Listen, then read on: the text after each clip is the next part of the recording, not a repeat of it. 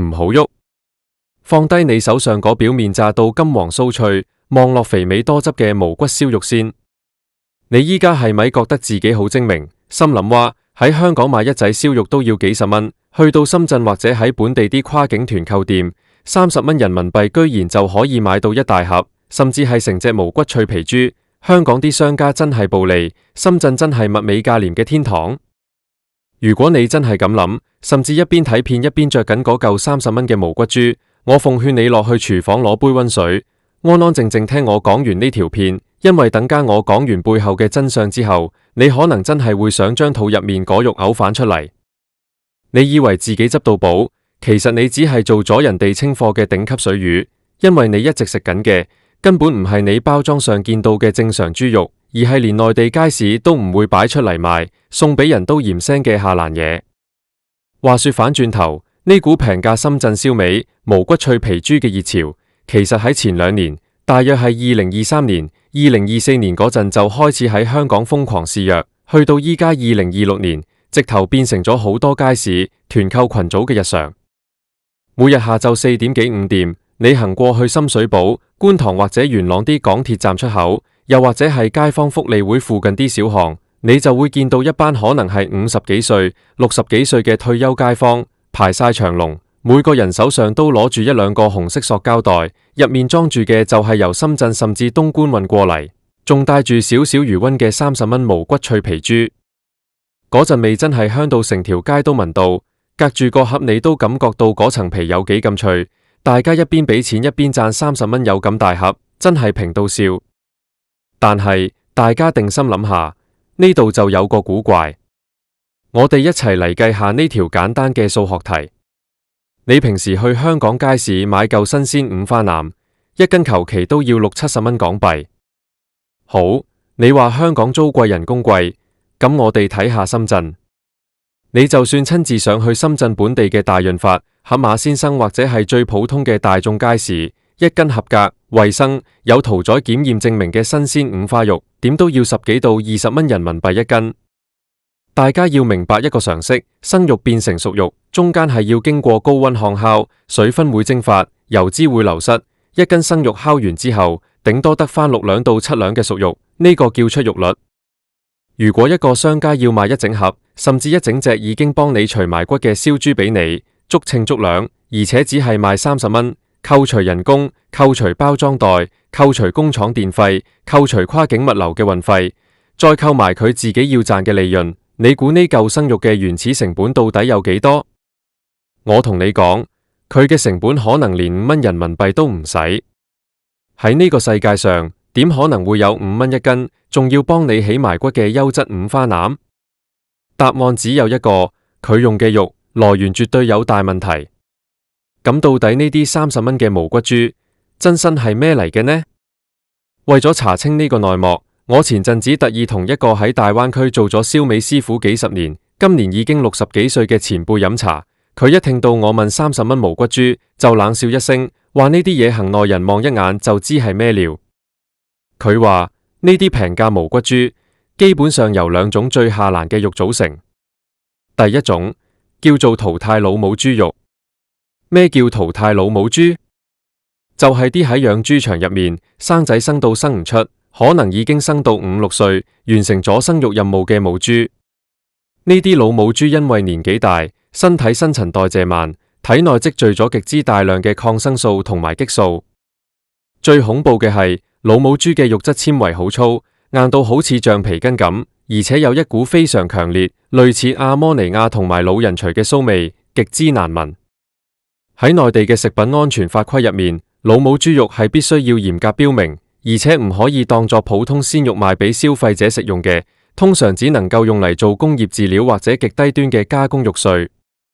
因為無人要，所以呢啲老母豬肉嘅價格賤過地底泥，基本上係按噸嚟計錢，折合一斤只要幾蚊甚至幾毛錢。除咗老母豬肉，第二種來源就係進口嘅急凍下欄碎肉或者叫胸口排骨邊嘅贅肉。呢啲肉通常係由外國，例如歐洲或者南美洲嘅大型屠宰場，將最優質嘅里脊、梅頭、正五花切走外銷之後，剩返落嚟嘅邊角料、淋巴肉、或者係西方人根本唔會食嘅豬肚皮下層最底端嘅肥膏。呢啲肉喺外國係屬於垃圾，要花錢請人清理嘅，但係被大批量用極低嘅價格貨櫃式走私或者傾銷入普通加工廠。呢啲急凍肉可能已經喺零下10幾度嘅冷凍庫入面放咗1-2年，甚至經歷過反覆解凍，肉質一早已經腐爛變柴，毫無肉味。好啦，問題嚟啦，既然呢啲肉又硬又臭又無肉味，點解你食落口嗰陣會覺得佢肉質嫩滑、肉質豐富，而且香到令人流口水呢？呢個就係現代科技與狠活嘅最高境界。燒味師傅話我知，要將一塊爛銅爛鐵變成黃金，工廠只需要3步。第一步係去腥增香。老母豬肉或者過期凍肉唔係好臭咩？工廠會將呢啲肉擺入去大型嘅工業滾油機入面，倒入海量嘅復配去腥劑、高濃度嘅洋蔥粉、蒜粉、五香粉，最重要嘅係加入豬肉香精同埋肉味鮮。呢啲香精係工業合成嘅，只要加幾滴就可以產生出比正常鮮豬肉濃郁幾十倍嘅假肉香。你平時聞到嗰股好霸道、好吸引人嘅燒肉香，其實根本唔係豬肉油脂受熱嘅天然香氣，而係化學香精喺你鼻腔入面嘅殘留。第二步就係解決硬到咬唔入嘅問題。老母豬肉同下欄肉嘅肌肉纖維好似樹皮咁，正常人係吞唔落嘅。於是工廠會使用大量嘅鬆肉粉，即係嫩肉，例如木瓜蛋白。呢啲化學成分會強行將豬肉嘅蛋白質結構破壞，令佢徹底變軟。但係破壞完之後，肉會變得爛溶溶，冇晒水分。為咗令舊肉重新變得多汁同埋增加重量，工廠就會加入佢哋嘅秘密武器保水劑，通常係聚磷酸鈉或者焦磷酸鈉。呢啲磷酸鹽化合物可以令肌肉纖維瘋狂吸水，就好似一缸嘅海綿吸飽水咁。舊肉擺入去浸泡1晚，可以吸入自身重量30%到40%嘅化學水。所以你以為你食緊嘅係鮮嫩多汁嘅肉汁，其實你吸緊嘅全部都係化工保水劑同埋地下自來水嘅混合物。這亦都解釋咗點解30蚊可以咁大盒，因為入面有接近一半嘅重量係用化學手段強行加落去嘅水分。第三步亦都係最精彩嘅一步，就係點樣做到無骨同埋個外形咁整齊。你平時去燒臘檔買燒肉，有骨有皮，肥瘦不一，因為每隻豬都長得唔一樣。但係你有冇發現呢啲30蚊嘅深圳無骨豬，每一嚿嘅形狀都完美得好似用尺量過咁，而且完全無骨？冇錯，因為佢哋根本就係拼接肉，行內叫重組肉。工廠將老母豬嘅瘦肉、下欄肉嘅肥膏，好似玩積木咁一浸肥一浸瘦咁搭好，然後喺中間撒上一層好似粉咁嘅白色粉末谷氨酰胺轉胺，簡稱 TG， 即係俗稱嘅肉膠。呢種肉膠可以將不同肉塊嘅蛋白質分子強行連結埋一齊。撒完肉膠之後，將呢堆碎肉放入模具入面強力壓實，送入冷凍庫冰封。等佢定型之後攞出嚟，就變成一塊外表非常完美、肥瘦相間，而且絕對無骨嘅偽五花腩大肉磚。至於層脆皮呢？你可能會話，就算肉係假嘅，層皮真係好脆喎，總唔可能連皮都係假㗎嗎？皮確實係豬皮，通常係另外收購返嚟嘅廉價大豬皮。但係要將塊死氣沉沉、又厚又韌嘅大豬皮燒到好似化皮乳豬咁脆，用傳統手法係要用針密密麻麻咁插孔，然後風乾10幾個鐘，再用炭火慢慢煨。30蚊一盒嘅嘢，邊有咁多人工同時間同你慢工出細活？工廠會喺塊豬皮表面擦上一層由小蘇打、碳酸氫胺，即係臭粉，同埋麥芽糖漿調配而成嘅起爆水。當呢塊拼接肉被送入去幾米長、全自動嘅隧道式電烤爐嗰陣，喺高溫之下，豬皮上嘅化學成分會引發劇烈嘅化學反應，喺短短幾分鐘之內，塊皮就會好似炸蝦片咁瞬間起泡、膨脹，變得極之鬆脆。你食落口覺得咔嚓一聲好爽快，但其實你吞落肚嘅全部都係化學膨脹劑同埋高溫焦化嘅糖漿。講到呢度，你可能已經覺得好惡心，但係更嚴重嘅問題其實仲未去到你個口度，而係喺運送嘅過程入面。呢啲跨境團購嘅平價燒肉，往往存在極大嘅食品安全隱患，可以話係一個移動嘅細菌培養皿。你想下，呢啲肉喺東莞或者深圳嘅山寨工廠或者低端工業園烤好之後，大約係凌晨或者清晨時分。烤好之後，工人會將佢哋切件，放入最平嘅不耐高溫塑膠盒入面。為咗保持塊皮唔會因為倒汗水而變軟，佢哋絕對唔會放入雪櫃冷藏，而係直接用普通紙皮箱或者發泡膠箱裝住，上普通嘅中港貨車，由內地工廠出貨，過海關、報關等排隊過關，再落到香港嘅集散地，最後分發到全港各區嘅團購點。呢個過程快則5-6個鐘，慢則大半日。喺成個運輸過程入面，完全冇任何冷鏈控溫設備。大家都知，煮熟咗嘅肉類喺攝氏5度到60度之間，係屬於細菌繁殖嘅危險溫度帶。特別係香港或者南方嘅天氣，好多時都成30幾度，甚至更加熱。當呢些熱烘烘帶着化學水分嘅燒肉喺密閉嘅紙箱入面焗足6-7個鐘，入面嘅金黃色葡萄球菌、沙門氏菌、大腸桿菌就會以幾何級數瘋狂滋生。好多街坊下晝5-6點去到條街度攞貨，見到個盒表面好似仲有少少溫暖，就以為好新鮮。其實嗰種暖係細菌最中意嘅溫床。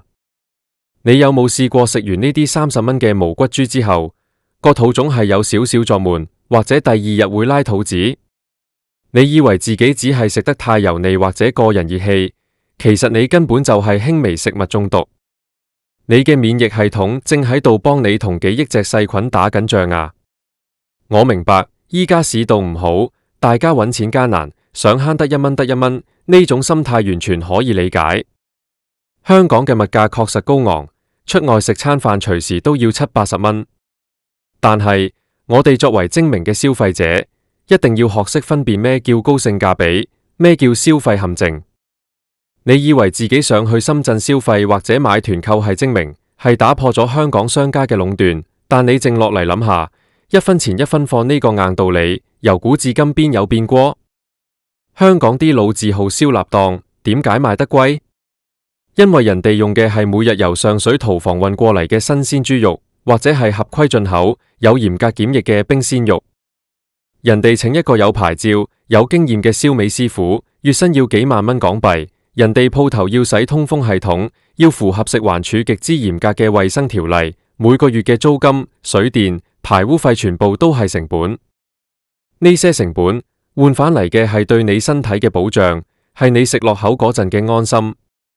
相反，嗰隻30蚊嘅無骨豬，佢之所以可以賣到呢個價錢，係因為佢將所有你看似見唔到，但實際上關乎你健康嘅成本，全部扣減到極致。佢用最垃圾嘅老母豬肉，省去咗鮮肉嘅成本；佢用肉膠同補水劑，省去咗正五花肉嘅損耗；佢用化學添加劑，省去咗師傅嘅人工同時間；佢用無牌黑車跨境運送，省去咗正規冷鏈嘅物流成本。最後呢一沓沓扣減出嚟嘅差價，就變成咗你以為執到便宜嘅30蚊人民幣。但係你表面上慳返嚟嘅嗰幾十蚊，代價係咩？代價係你同你屋企人嘅肝臟、腎臟要幫你加班代謝呢堆海量嘅化學香精、防腐劑、磷酸鹽同埋嫩肉粉。代價係你將一堆來歷不明，甚至可能帶有傳染病菌嘅下欄肉，親手餵入去你最愛嘅仔女或者屋企70-80歲嘅老人家口入面。各位街坊，精明消費唔等於一味貪平。你可以去深圳食餐好嘅，深圳有好多好有心做高端餐飲嘅優質商家，人哋用好食材賣合理嘅價錢，嗰啲絕對值得支持。但係如果一幅食品嘅價格已經遠遠低於佢正常原材料嘅基本邏輯，咁你就要提高警覺，唔好再做人哋嘅水魚啦。人哋喺背後賺到盤滿滿，仲喺度笑你班香港人連垃圾都搶住要，你話咁樣係咪得不償失？聽完今日嘅分享，希望你下次再見到30蚊無骨豬嗰陣，可以理智啲，寧願食少一餐，都要食得安全，食得健康，對得住自己辛苦賺返嚟嘅血汗錢。